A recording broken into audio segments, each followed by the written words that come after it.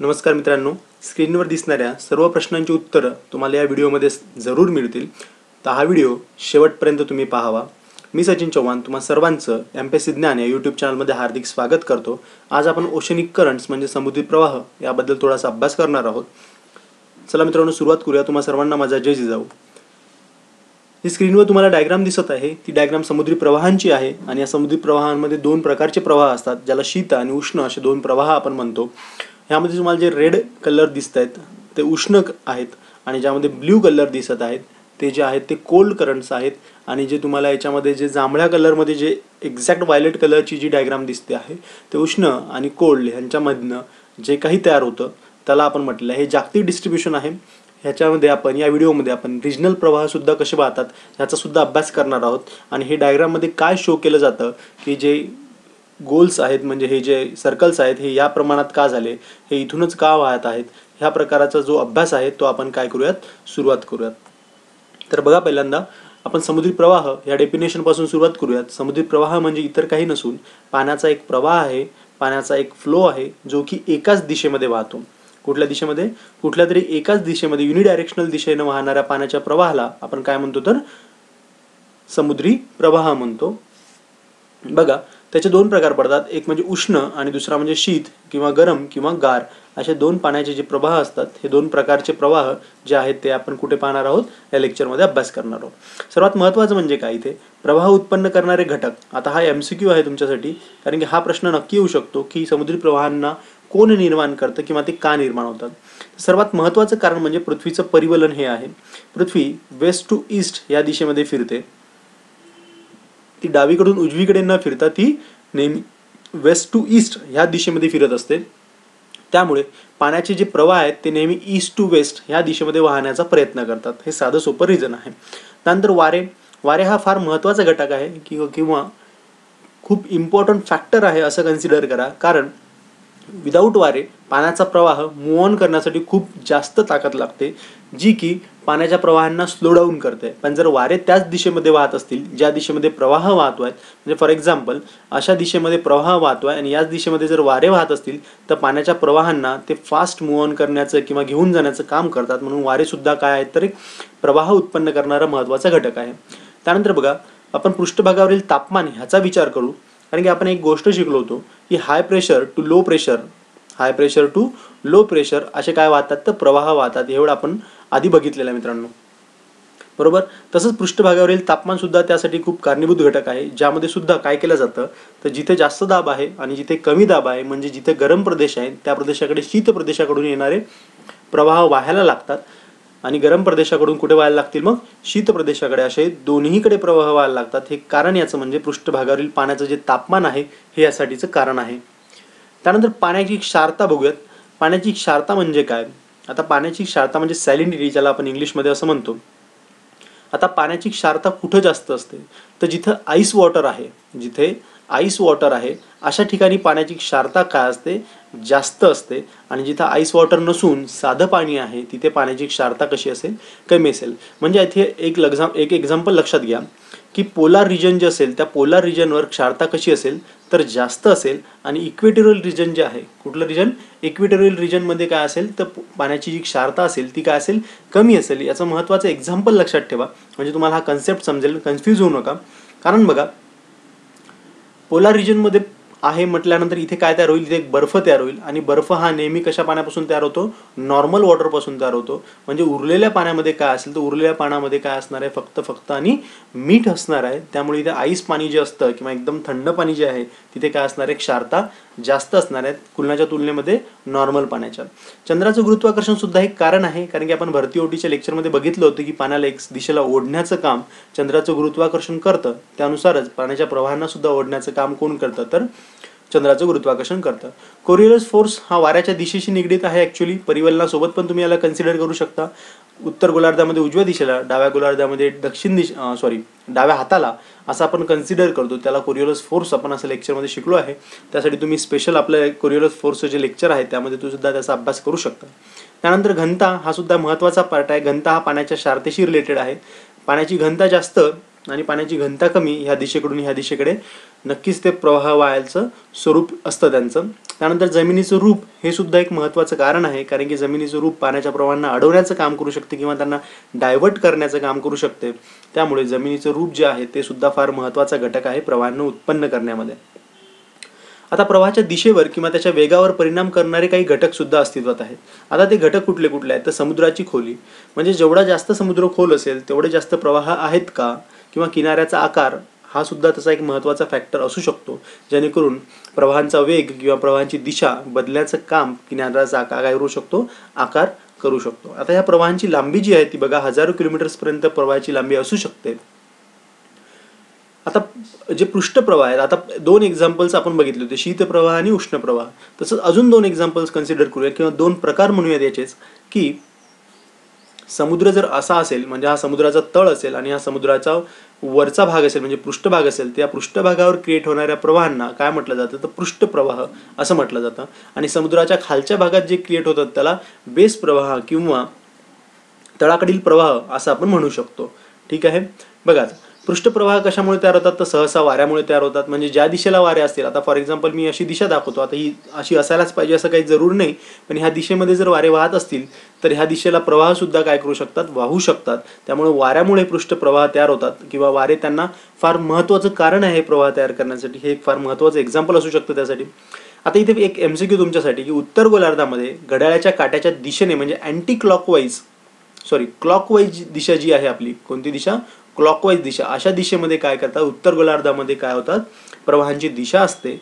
आणि दक्षिण गोलार्धामध्ये घड्याळाच्या काट्याच्या उलट दिशेने म्हणजे कोणती तर अँटी क्लॉकवाईज अशी दिशा असते. आता का असते मी तुम्हाला हे डायग्राममध्ये समजावून सांगणार आहे, त्यामुळे फक्त इथे एवढा MCQ लक्षात ठेवा, की उत्तर गोलार्धामध्ये दिशा जी आहे ती घड्याळाच्या काट्याच्या दिशेने म्हणजे क्लॉकवाईज, आणि दक्षिण गोलार्धामध्ये ती कशी असेल तर अँटी क्लॉकवाईज असेल. ही साधी गोष्ट आहे. त्यानंतर बघा, खोल प्रवाह जे आहेत म्हणजे आपण ह्याचा अभ्यास करतो. आता हे खोल प्रवाह तयार होण्याचं कारण म्हणजे पाण्याचं तापमान आणि घनतेतील तफावत हे फार महत्त्वाचे कारण आहेत. आता पाण्याचं तापमान ही गोष्ट लक्षात ठेवा, की पाण्याचं तापमान जे असते ते पृष्ठभागापासून काही अंतरापर्यंतच पाण्याच्या तापमानामध्ये व्हेरिएशन्स असतात. पण काही अंतराच्या खाली जेव्हा आपण जातो तेव्हा पाण्याच्या तापमानामध्ये कुठलाही फरक नसते होत. खाली जाताना सॅलिनिटी जी आहे ती सुद्धा काय होते, कमी होत जाते. आणि कारण खालच्या भागामध्ये कोल्ड वॉटर आहे, कोल्ड वॉटर असल्या कारणाने तिकडे सॅलिनिटी सुद्धा कमी होईल आणि इकडे घनतेतील तफावत सुद्धा फरक पडू शकतो. कारण की पृष्ठभागावर ऊन पडतं, उन्हाच्या उष्णतेमुळे पाणी काय होऊ शकतं, हलकं असू शकतं. खालचं पाणी जे आहे ते जड आहे कारण की ते थंड पाणी आहे म्हणून ते खाली वाहतं. त्यामुळे हे प्रवाह कशामुळे तयार होतात तर पाण्याचं तापमान आणि घनतेतील तफावतीमुळे हे प्रवाह तयार होतात. त्यानंतर बघा, आपण एक स्क्रीनवर जी डेफिनेशन बघितली होती ती डेफिनेशन हे इथे आलं तुमचं उत्तर त्या डेफिनेशनचं, की थर्मोहेलाईन सर्क्युलेशन म्हणजे काय तर हेलाईन थर्मो म्हणजे गरम, उष्णतेसोबत रिलेटेड म्हणजे थर्मो असतं. हेलाईन म्हणजे खालचा पार्ट आणि सर्क्युलेशन म्हणजे गोलगोल फिरणारा प्रवाह, याला सर्क्युलेशन म्हणतात. ते घनतेच्या फरक्यामुळे काय असतात तर महासागराच्या तळाशी वाहणारे जे प्रवाह आहेत त्यांना थर्मोहेलाईन सर्क्युलेशन असं म्हटलं जातं. कारण की वर वाहणारं पाणी हे गरम होतं, खाली वाहणारं पाणी थंड असतं. हे पाणी वर जाणार आणि वरचं गरम जे झालेलं पाणी आहे ते काय होईल, कालांतरानं खाली येईल. ते असं होत होत हे जे पूर्ण पॅटर्न तयार झाला आहे सर्क्युलेशनचा, ह्यालाच आपण थर्मोहेलाईन सर्क्युलेशन असं म्हटलं जातो. हे नद्यांप्रमाणे आहे, म्हणजे समुद्राच्या पृष्ठभागावर वाहणाऱ्या पाण्याचे जे प्रवाह आहे त्यांचं जे पाण्यातलं प्रमाण आहे ते कसं असेल, कमी आहे. कशाच्या तुलनेमध्ये तर आतमध्ये वाहणाऱ्या पाण्याच्या प्रवाहाच्या तुलनेने. म्हणजे तळाशी वाहणारे जे पाण्याचे प्रवाह आहेत त्यांची जी फ्लो करण्याची ताकद आहे किंवा पाण्याचा प्रवाह आहे ते एकमेकांसोबत जे वाहून घेऊन जातात ते खालच्या दिशेला खूप जास्त आहे, कोणाच्या तुलनेमध्ये, वरच्या दिशेच्या तुलनेमध्ये. आता बघा इथे दिलेलं आहे, गरम पाणी आणि गार पाणी या दोघातला फरक सांगितला आपण. गरम पाणी म्हणजे काय तर क्षारता कमी आणि घनता सुद्धा काय त्याची कमी, कारण की क्षारता कमी असल्या कारणाने त्याची घनता सुद्धा कमी झाली. आणि गार पाणी म्हणजे घनता जास्त कारण वजन जास्त आहे आणि त्यांची क्षारता सुद्धा काय होईल, जास्त असेल. याचं कारण म्हणजे काय, याचं कारण म्हणजे त्या पाण्यापासून काय तयार होईल, बर्फ तयार होईल आणि उरलेल्या पाण्यामध्ये मग मिठाचं प्रमाण काय असेल, जास्त असेल. त्यामुळे क्षारता काय असेल, जास्त असेल. आता बघा इथे एक महत्त्वाचा अजून MCQ तुमच्यासाठी, की पृष्ठभागावरील प्रवाहात जे आहेत त्या प्रवाहातून जे वाहणारं पाणी आहे त्यांचं प्रमाण किती आहे, फक्त 10% आहे. आणि जे खालच्या प्रवाहामध्ये, मग याचंच फॉर एक्झाम्पल याचंच उत्तर काय झालं दुसरं, की वर वाहणारं पाणी जर 10% असेल तर खालून वाहणारं पाणी किती असेल, 90% पाणी तळाच्या फ्लोकडून वाहतं. हे एक फार महत्त्वाचा घटक इथे लक्षात ठेवण्यासारखा मित्रांनो. त्यानंतर बघा, 400 मीटरपर्यंत जे आहेत प्रवाहाचे वरच्या पाण्यातले, आपण त्याला 400 मीटरपर्यंतचा अंदाज कन्सिडर करतो किंवा 100 ते 200 मीटर. आता दोन वेगवेगळ्या व्हॅल्यू यासाठी आहेत की काही पुस्तकांमध्ये ही व्हॅल्यू दिली आहे, काही पुस्तकांमध्ये ती व्हॅल्यू दिली आहे. त्यामुळे मी इथे दोन्ही व्हॅल्यू सांगितल्या. जेव्हा पेपरला हा प्रश्न येईल तेव्हा तुम्ही त्याचा अभ्यास करून त्याचं उत्तर देऊ शकता. पण माझ्या माहितीप्रमाणे 400 मीटर ही एक लिमिट असू शकते यासाठी. त्यानंतर याचा विस्तार जो आहे तो 1000 मीटर किंवा त्यापेक्षा अधिक खोलीपर्यंत असू शकतो, कारण की हे आपण या फॉर्मॅटमध्ये दाखवण्याचा प्रयत्न केलेला आहे. त्यानंतर जे एकक आहे यांना मोजण्याचं त्याला स्वेडर्प असं म्हटलं जातं. एक स्वेडर्प म्हणजे 10⁶ क्युबिक सेंटीमीटर पर सेकंद एवढा मोठा प्रवाह असतो पाण्याचा. आता ह्या जागतिक डायग्राममध्ये तुम्हाला पाण्याचे काही प्रवाह दिसत असतील. आता हा प्रवाह यातला एकूण एक प्रवाह अशाच का आला ह्याचा आपण अभ्यास करणार आहोत. अभ्यास करताना आपल्याला 3 महत्त्वाचे समुद्र पाहायचे आहेत. पॅसिफिक महासागर हा फार महत्त्वाचा आहे. त्यानंतर अटलांटिक महासागर हा फार महत्त्वाचा आहे. त्यानंतर हिंदी महासागर हा फार महत्त्वाचा प्रवाह आपल्याला इथे अभ्यासायचा आहे, कारण की ह्याच तुलनेमध्ये जगातले जे काही प्रवाह आहेत ते इथेच तयार होतात आणि इथेच गोल गोल फिरतात. त्याचा आपण काय करायचं आहे आता अभ्यास करायचा आहे मित्रांनो. तर सुरुवात करूया आता. बघा, पाण्याच्या प्रवाहाची काही वैशिष्ट्ये फार महत्त्वाची आहेत की किनाऱ्याच्या अगदी जवळून हे वाहत नाहीत, किनाऱ्यापासून थोडे दूर वाहतात. ठीक आहे. याचा कारण म्हणजे काय, तर किनाऱ्याच्या जवळ जर आले तर पाण्याच्या प्रवाहांना डिस्टॉर्शन्स येऊ शकतात, पाण्यामध्ये अडथळे निर्माण होऊ शकतात. पण जेव्हा ते दुरून वाहतात तेव्हा ते कंटिन्युअस वाहतात, त्यामुळे ते पाण्याच्या किनाऱ्याच्या अगदी जवळ येत नाहीत, किनाऱ्यापासून काही दूरपर्यंत असतात. त्यानंतर उत्तर गोलार्धामध्ये ते कसे वाहतात तर क्लॉकवाईज वाहतात आणि दक्षिण गोलार्धामध्ये कसे वाहतात तर ते अँटी क्लॉकवाईज वाहतात. ही फार महत्त्वाची गोष्ट आहे, लक्षात ठेवायची तुम्ही. त्यानंतर दोन्ही गोलार्धामध्ये जे काही जायरेट क्रिएट झालेत. आता हे जायरेट म्हणजे काय, तर आपण आत्ताच ज्या डायग्राममध्ये बघितलं होतं की विषुवतीय प्रवाह हे असे जाऊन परत असे येतात, असा जो सर्क्युलर पॅटर्न तयार झालेला आहे, अशा पूर्ण प्युअर सर्क्युलर पॅटर्नला आपण जायरेट असं म्हटलं जातं. तर हे दोन्ही प्रकारात तयार झालेलं आहे. विषुववृत्ताच्या वरच्या भागात सुद्धा काही तयार झाले, विषुववृत्ताच्या खालच्या भागात सुद्धा तयार झालेत. पण वरच्या भागातला जो आकार आहे किंवा त्याची जी दिशा आहे किंवा त्याचा जे प्रकार आहे तो खालच्या सोबत मॅच होईल असं काही जरूर नाही आहे. ती गोष्ट इथे आपण लिहून दिलेली आहे. त्यानंतर बघा, दोन्ही गोलाकार भोवऱ्यांच्या मध्ये विषुवतीय प्रतिप्रवाह आढळतात. आता हा कन्सेप्ट फक्त लक्षात ठेवा, मी डायग्राममध्ये तुम्हाला शो करणार की याला प्रतिप्रवाह का म्हटलेला आहे. तर दोन्ही भागामध्ये काय सावरतात, प्रतिप्रवाह आढळतात. त्यानंतर खंडाच्या दक्षिण भागात प्रवाह पश्चिम पूर्व दिशेला म्हणजे या भागा अशा दिशेने ते काय करतात, वाहायला लागतात. सागरी प्रवाहांचा जो वेग आहे तो कुठे जास्त आहे तर महासागरांच्या पश्चिम भागामध्ये खूप जास्त वेग असतो, कारण की पाणी जे आहे ह्याचं कारण म्हणजे समजा ही महासागर असा आहे, हा प्रवाह आहे, इथे पाण्याचा वेग काय असेल जास्त असेल. याचं कारण म्हणजे इकडून येणारे वारे आणि इथे कुठला अडथळा नसल्या कारणाने हळूहळू पाण्याचा वेग काय होतो खूप वाढत जातो आणि तो वेग ह्या दिशेमध्ये किंवा ह्या पॅटर्नमध्ये खूप जास्त प्रमाणात असतो. म्हणून आपण त्याला काय म्हटलेलं आहे की सागरी प्रवाहांचा वेग महासागरांच्या पश्चिम भागात जास्त असतो. फॉर एक्झाम्पल बघा, गल्फ आणि क्युरोसिओ प्रवाहांचा जो वेग आहे तो दर ताशी किती आहे तर 6 किलोमीटर पर आवर एवढा वेग त्या प्रवाहांचा आहे. त्यामुळे हा वेग खूप जास्त प्रमाणामध्ये आहे. आता बघा, सागरी प्रवाहांचा जर वेग कदाचित कमी असला म्हणजे 6 किलोमीटरपेक्षा जर अजून कमी असलं तर याचा अर्थ म्हणजे काय, ते पाण्याच्या खूप मोठ्या प्रवाहाला किंवा पाण्याच्या खूप मोठ्या साठ्याला वाहून घेऊन जात आहे. म्हणून त्या प्रवाहांचा वेग काय झालेला आहे, कमी झालेला आहे मित्रांनो. आता बघा, आपण इथं अभ्यास करूयात. आता इथे मी तुम्हाला प्रत्येक गोष्टीचा अभ्यास करून सांगणार की प्रवाह कसे वाहतात आणि आपण डायग्राम कंप्लीट करण्याचा प्रयत्न करू इथे. आणि मग तुम्हाला परत मी ती डायग्राम शो करेल की जिथे पाण्याचे प्रवाह तयार झालेले आहेत. आता कारण म्हणजे काय याचं पहिल्यांदा एक कारण समजून घेऊ आणि मग अटलांटिक महासागराचा आपण काय करूयात, अभ्यास करूयात. फॉर एक्झाम्पल, हा पाण्याचा वरचा प्रवाह आहे आणि पाण्याचा खालचा प्रवाह आहे असं कन्सिडर करू. इथे कुठेतरी एक लँडफॉर्म आहे असं सुद्धा कन्सिडर करूया. म्हणजे पाण्याचा प्रवाह इथे येऊन काय होईल, एक तर ह्या दिशेला जाईल किंवा ह्या दिशेला जाईल असं काहीतरी कन्सिडर होईल. बरोबर, असं आपण एक एक्झाम्पल कन्सिडर केलं.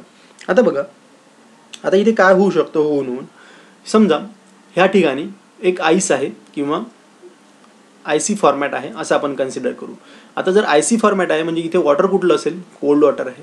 आता कोल्ड वॉटर असेल म्हणजे याची घनता कशी असेल, आपण मग बघितलं तर कोल्ड वॉटरची घनता कशी असते, जास्त असते. म्हणून काय होईल, इथे असणारं पाणी घनतेमुळे किंवा जड झाल्यामुळे ते कुठे जाईल, समुद्राच्या तळाशी जाण्याचा प्रयत्न करेल. बरोबर,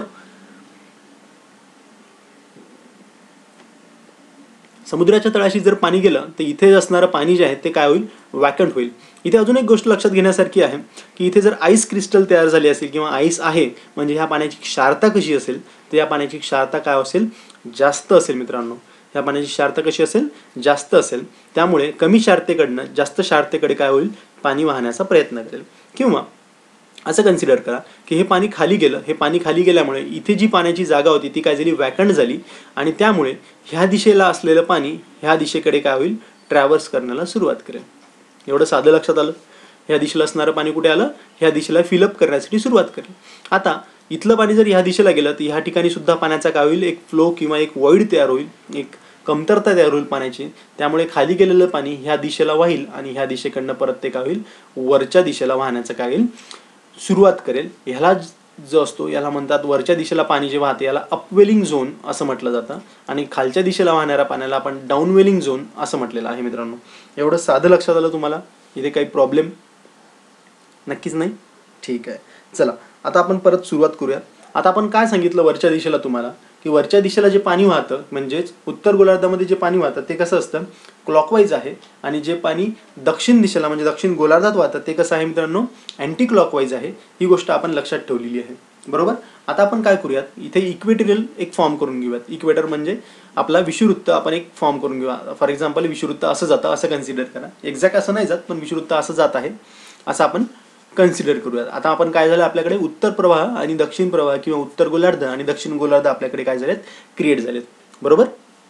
आता बघा, आपल्याला ही गोष्ट माहिती आहे की इक्वेटरवर सूर्याची किरणं कशी पडतात, सरळ पडतात. आणि इक्वेटरवर जे वारे वाहतात ते कुठले वारे असतात, ईस्टर्ली विंड्स असतात. म्हणजे ते ह्या दिशेला वाहणारे वारे आहेत मित्रांनो.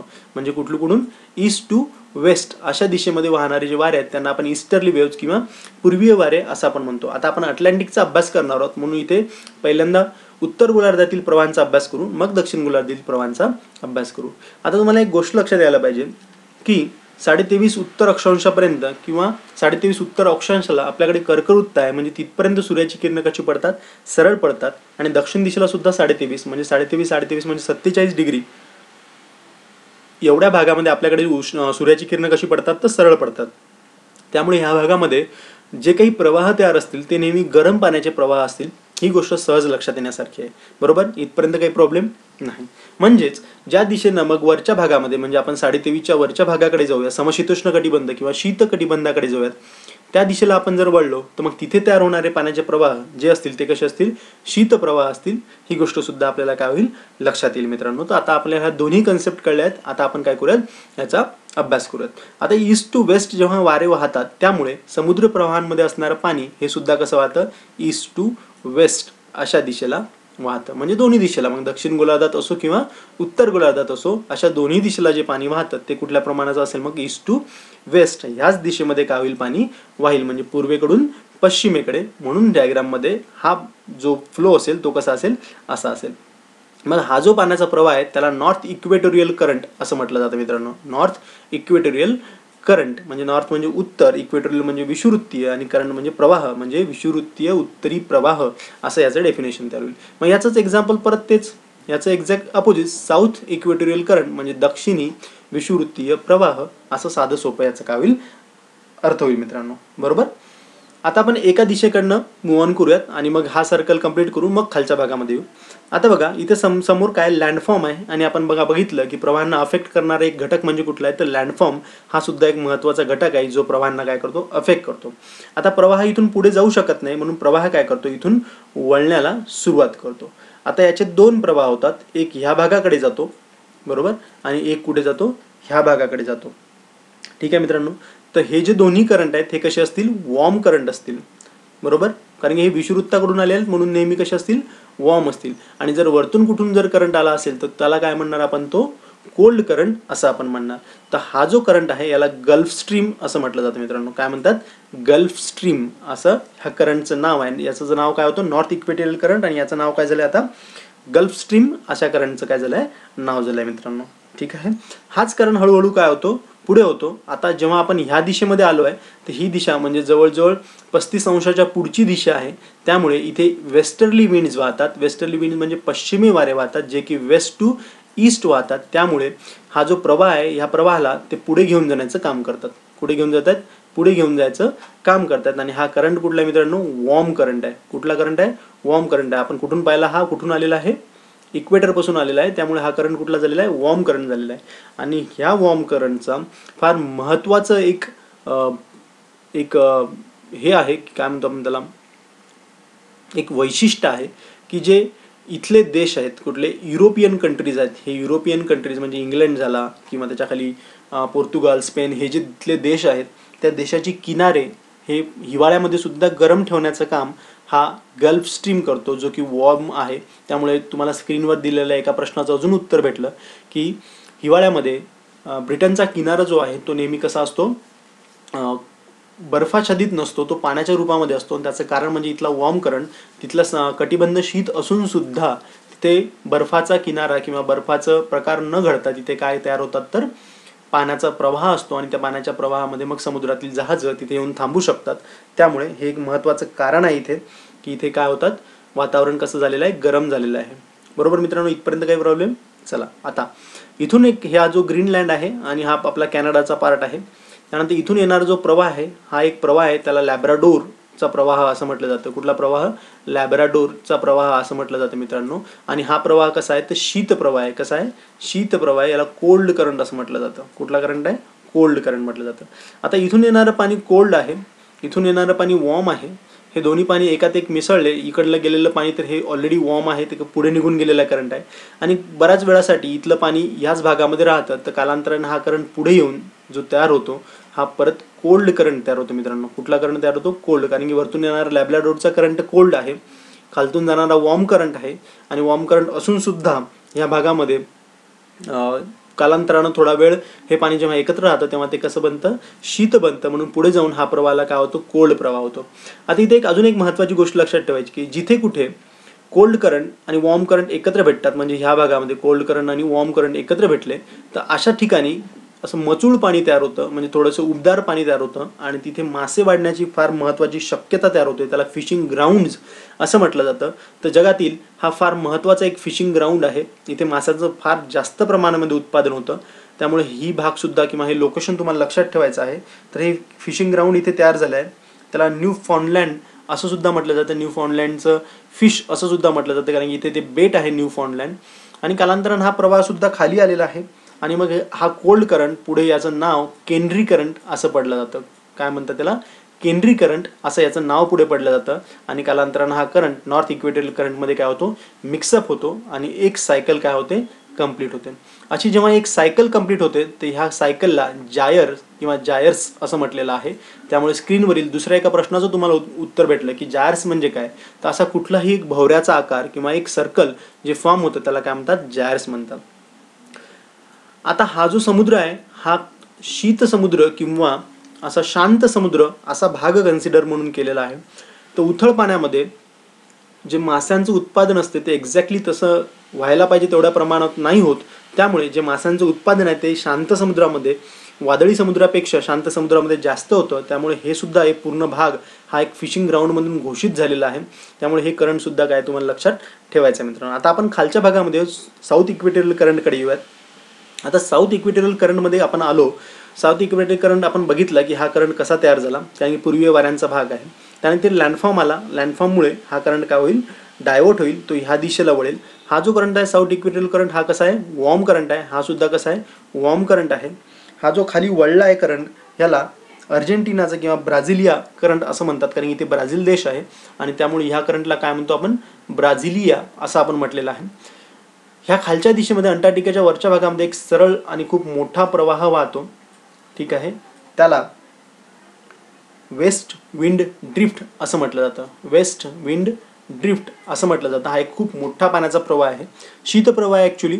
आता हा एवढा सरळ वाहण्याचं कारण म्हणजे याचं एक सर्वात महत्त्वाचं कारण म्हणजे इथून वाहणारे वारे जे आहेत ते वेस्टर्ली वारे आहेत, म्हणजे ते कुठून कुठं वाहतील? वेस्ट टू ईस्ट असे वाहतील. आणि दुसरं महत्त्वाचं कारण म्हणजे इथे कुठल्याही जमिनीचा अडथळा नाही आहे. त्यामुळे पाणी जे आहे ते कसं वाहतं? एकदम सरळ, एकदम स्ट्रेट फॉर्मॅटमध्ये. आता मी पुढे तुम्हाला ही गोष्ट परत सांगणार नाही. इथे लक्षात घेऊन घ्या की वेस्ट विंड ड्रिफ्ट जो आहे याचं महत्त्वाचं काम आहे की अंटार्क्टिका खंडावरचा जो बर्फ आहे तो बर्फ कसा ठेवायचा? कॉन्स्टंट ठेवायचा, किंवा तो वितळू न देण्याचं काम कोण आहे? या वेस्ट विंड ड्रिफ्टचं आहे मित्रांनो. कारण की इकडून येणारे जे पाण्याचे प्रवाह असतील ते इथपर्यंत येऊन इथून मूव्ह ऑन करतात. ते पाण्याचे उष्ण प्रवाह जे आहेत ते खालच्या भागाकडे जाऊ शकत नाहीत. त्यामुळे आपल्या अंटार्क्टिकावरचा जो बर्फ आहे तो बर्फ कधीच वितळत नाही. हे एक महत्त्वाचं कारण. आणि आता तुम्हाला कळलं असेल की स्क्रीनवर मी जे दिलं आहे त्याच्या प्रश्नाचं तुम्हाला अजूनसुद्धा एक उत्तर इथे भेटले की अंटार्क्टिकाचा जो बर्फ आहे तो अजूनसुद्धा कसा? शाबूत आहे. त्याचं कारण म्हणजे वेस्ट विंड ड्रिफ्ट एवढंच आहे. आता वेस्ट विंड ड्रिफ्ट हा कोल्ड करंट आहे, बरोबर. आणि या कोल्ड करंटमधून मग हळूच एक दुसरा प्रवाह येतो. आणि हा कोल्ड करंटचा जो प्रवाह आहे तो पुढे जाऊन इथे काय तयार होईल? मग जिथे वॉर्म करंट आहे, इकडून येणारा एक कोल्ड करंट आहे वेस्ट विंड ड्रिफ्टकडून, म्हणजे ह्या भागामध्ये गरम पाणी किंवा मचूळ पाण्याचा एक प्रवाह तयार झाला आणि इथे सुद्धा मग काय झालं, जगातलं एक महत्त्वाचं फिशिंग ग्राउंड तयार झालं आहे, कारण की उबदार पाणी आहे मित्रांनो, इथपर्यंत आपल्याला लक्षात आलेलं आहे. बरोबर.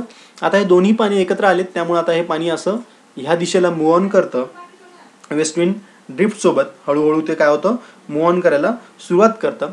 हा जो प्रवाह, याचं आपण नाव इथे, हा जो बेट आहे याला फॉकलंड बेट म्हणतात, त्यामुळे हा जो प्रवाह याचा फॉकलंड प्रवाह, हा जो प्रवाह याला ब्राझिलियन प्रवाह असं म्हटलेलं आहे मित्रांनो. वेस्ट विंड ड्रिफ्ट सोबत थोडंसं समोर आलो की परत इथून काय होतं, हा टर्न करायला लागतो, कारण की याला हा लँडफॉर्म लागलेला आहे. हा जो प्रवाह आहे याला काय म्हणतात, बेंग्विला करंट. काय म्हणतात, बेंग्विला करंट असं आपण याचं नाव ठेवलेलं आहे. बेंग्विला करंट असं आपण म्हटलेलं आहे मित्रांनो. आणि बेंग्विला करंट मग पूर्ण सायकल कंडक्ट करतं, आणि सायकल कंडक्ट झाल्यानंतर हा सुद्धा एक काय झाला, जायर काय झाला तयार आपल्याकडे झालेला आहे. आता हा बेंग्विला करंट सुद्धा काय असेल, कोल्ड करंट असेल, कारण की आपण बऱ्याच वेळापासून खालच्या भागामध्ये आहोत, म्हणजे 35° खालच्या भागामध्ये आपण खेळतोय. त्यामुळे इथे कालांतरानं पाणी जे वरतून येणारं गरम पाणी आहे ते कालांतरानं थंड होईल, आणि मग इथे काय होईल, थंड प्रवाह तयार होईल. आता इथे एक महत्त्वाची गोष्ट लक्षात ठेवण्यासारखी आहे की खंडाच्या पश्चिम भागामध्ये नेहमी काय आहेत, आपल्याकडे वाळवंट तयार झालेले आहेत. त्याचं एक कारण म्हणजे बघा इथे, कारण की थंड प्रवाह असल्याकारणे इथे पाण्याची घनता जास्त आहे. घनता जास्त असल्याकारणे पाणी जे आहे ते ह्या दिशेकडून ह्या दिशेला वाहतं, आणि इथे मग ढगांचं कुठले अस्तित्व राहत नाही, आणि ढगांचं अस्तित्व नसल्याकारणे इथे पाऊस पडणार नाही. त्यासाठी कोण जबाबदार आहे, तर हे कोल्ड करंट तिथले काय असतील जबाबदार आहे. म्हणून या भागामध्ये सुद्धा आपल्याला काय दिसतात, वाळवंटे दिसतात. ह्या भागामध्ये सुद्धा काय दिसतील, वाळवंटे दिसतील तुम्हाला. ठीक आहे. ह्या भागामध्ये कमी दिसतील, याचं कारण म्हणजे इथे उष्ण पाण्याचा प्रवाह आहे, त्यामुळे इथे ढग क्रिएट होऊ शकतात. पण ह्या भागामध्ये सुद्धा तुम्हाला काय दिसतील, काही वाळवंट नक्कीच दिसतील मित्रांनो. ठीक आहे. आता आपल्या अटलांटिक करंटमधले सर्वात महत्त्वाचे करंट संपलेत. आता आपण पॅसिफिककडे मूव्ह करूयात, म्हणजे पॅसिफिकमध्ये तुम्हाला अजून डीप अंडरस्टँडिंग होईल मित्रांनो. परत मी तीच डायग्राम काढतो, इक्वेटोरियल्स ड्रॉ करून घेऊ. एक्झॅक्टली असं नाही, पण अशा प्रमाणामध्ये इक्वेटोरियल करंट आहेत आपल्याकडे. आता पॅसिफिक हे पृथ्वी गोल असल्याकारणे ह्या भागातलं जे करंट आहे आणि ह्या भागातले जे करंट आहेत ते सुद्धा एकच आहेत, असं तुम्ही समजू शकता सहज. तर आता आपण अभ्यास करू त्यांचा. इकडून येणारा जो करंट आहे, म्हणजे जपानकडून पुढे आपल्या उत्तर अमेरिकेच्या दिशेला जो करंट येतो किंवा कॅनडाच्या दिशेला जो करंट येतो, तो करंट आपण कॅलिफोर्निया करंटमधून कन्वर्ट होतो. वरच्या भागातला करंट आहे, म्हणजे हा कोल्ड करंट आहे मित्रांनो, याला कॅलिफोर्निया करंट असं आपण म्हटलेलं आहे. ठीक आहे. नंतर तो खाली येतो, असाच खाली मूव्ह ऑन करतो. आता आपण ह्या डायग्राममध्ये इकडल्या साईडला बघूयात. आता विषुवृत्तीय प्रवाह तुमच्या लक्षात आलेत की हा प्रवाह असा मूव्ह ऑन करेल, त्याला नॉर्थ इक्वेटोरियल करंट आणि हा साऊथ इक्वेटोरियल करंट असं आपण सहज समजू शकतो. याला आता नाव दिलं आपण. पुढे हे कालांतरानं काय होतात, डायव्हर्ट होतात अशा दिशेमध्ये. बरोबर. साधं सोपं कारण आहे त्याचं. पुढे लँडफॉर्म आलाय, लँडफॉर्म आल्याकारणाने ते काय झालेत, कन्वर्ट झालेत, आणि हा जो प्रवाह जो इकडल्या दिशेला वाहतोय त्याला क्रोशिका असं म्हटलेलं आहे. कुठलं म्हटलेलं आहे, क्रोशिका. आणि हा कसा असेल, वॉर्म करंट असेल. तेव्हाच पॅसिफिकमध्ये इकडल्या साईडला, म्हणजे वरच्या दिशेनं, जपानच्या वरच्या साईडला किंवा रशियाच्या उजव्या दिशेकडून अजून एक प्रवाह येतो, त्याला आयोसिओ असं म्हटलेलं आहे. कुठला, आयोसिओ असा प्रवाह आहे, आणि तो कोणता आहे, कोल्ड करंट आहे.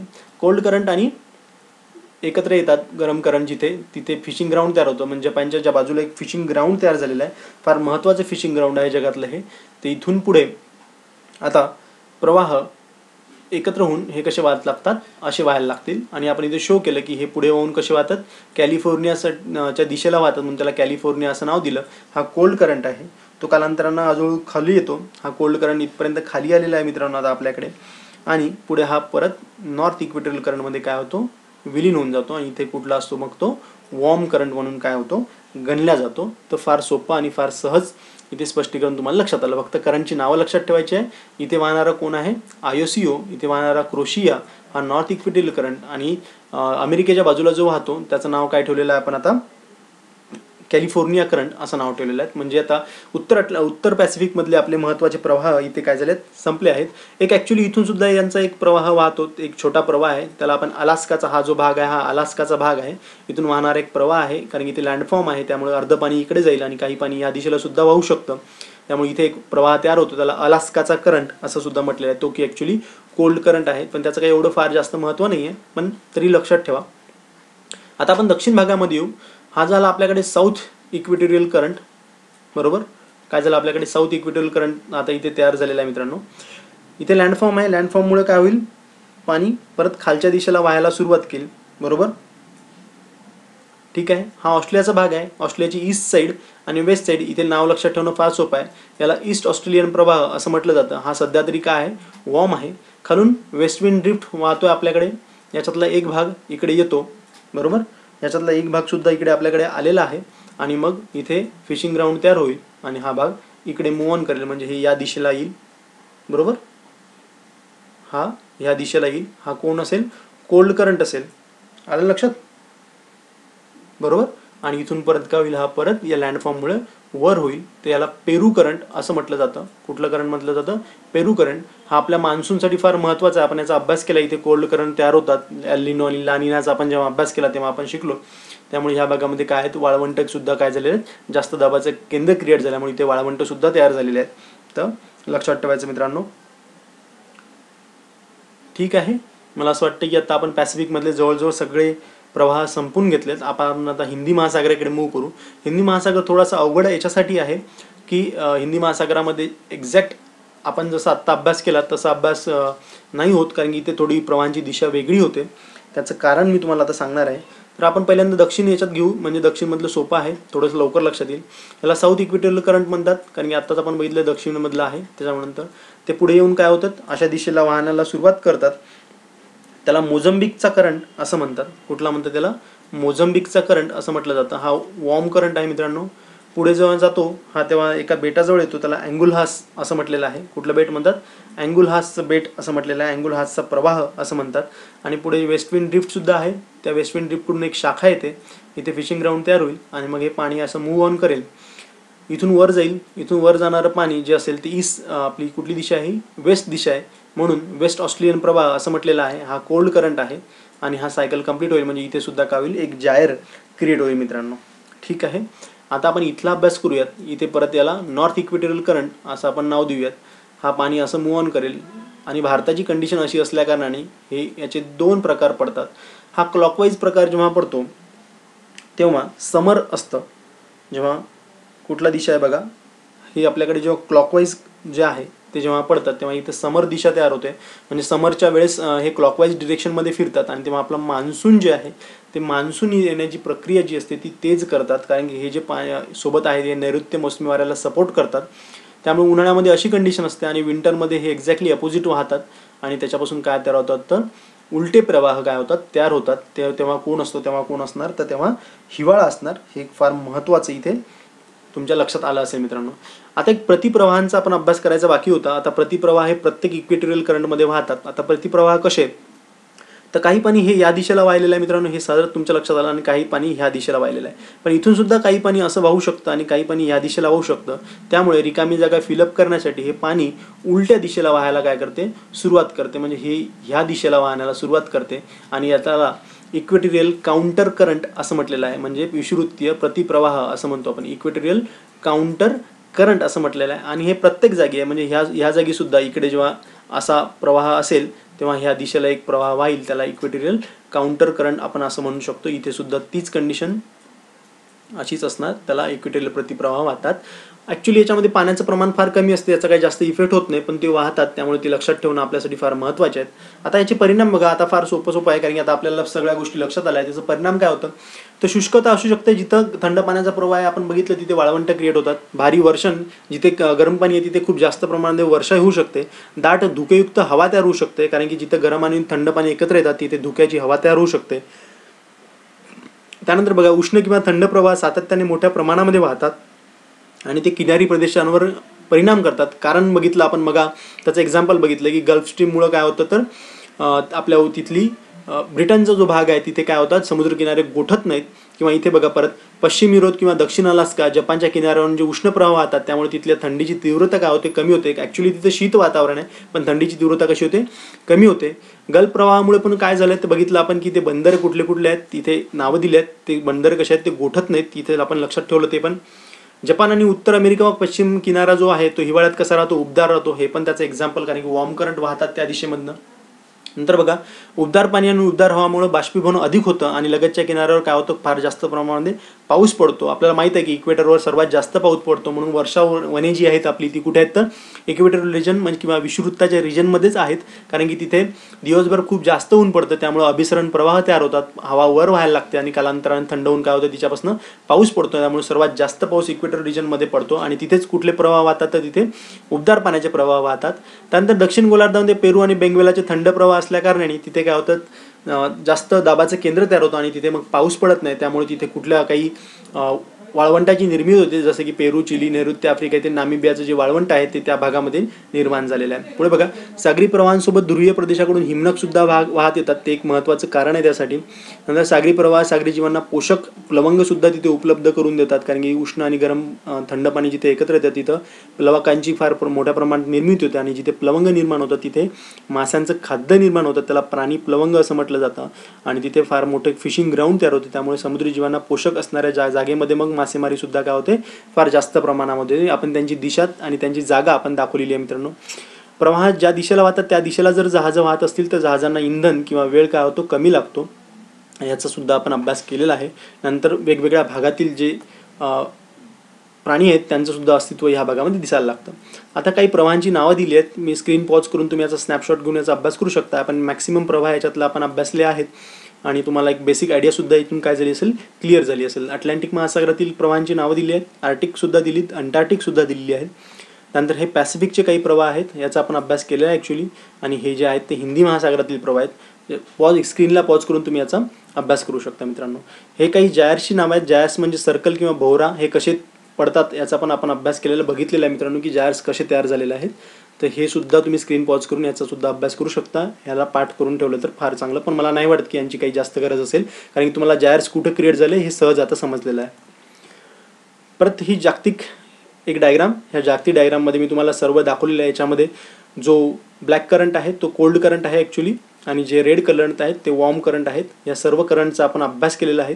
काही वाटलं तुम्हाला काही कन्सेप्ट जर कळले नसतील तर प्लीज मला कमेंट बॉक्समध्ये सांगा, मी तुमच्या सर्व प्रश्नांची उत्तर देण्याचा काही प्रयत्न करेल मित्रांनो. आशा करतो तुम्हाला हा व्हिडिओ जरूर आवडला असेल. प्लीज चॅनलला लाईक, शेअर आणि सबस्क्राईब करा. सोबतच बेल आयकॉन सुद्धा क्लिक करा. मी सचिन चव्हाण तुमची रजा घेतो. धन्यवाद.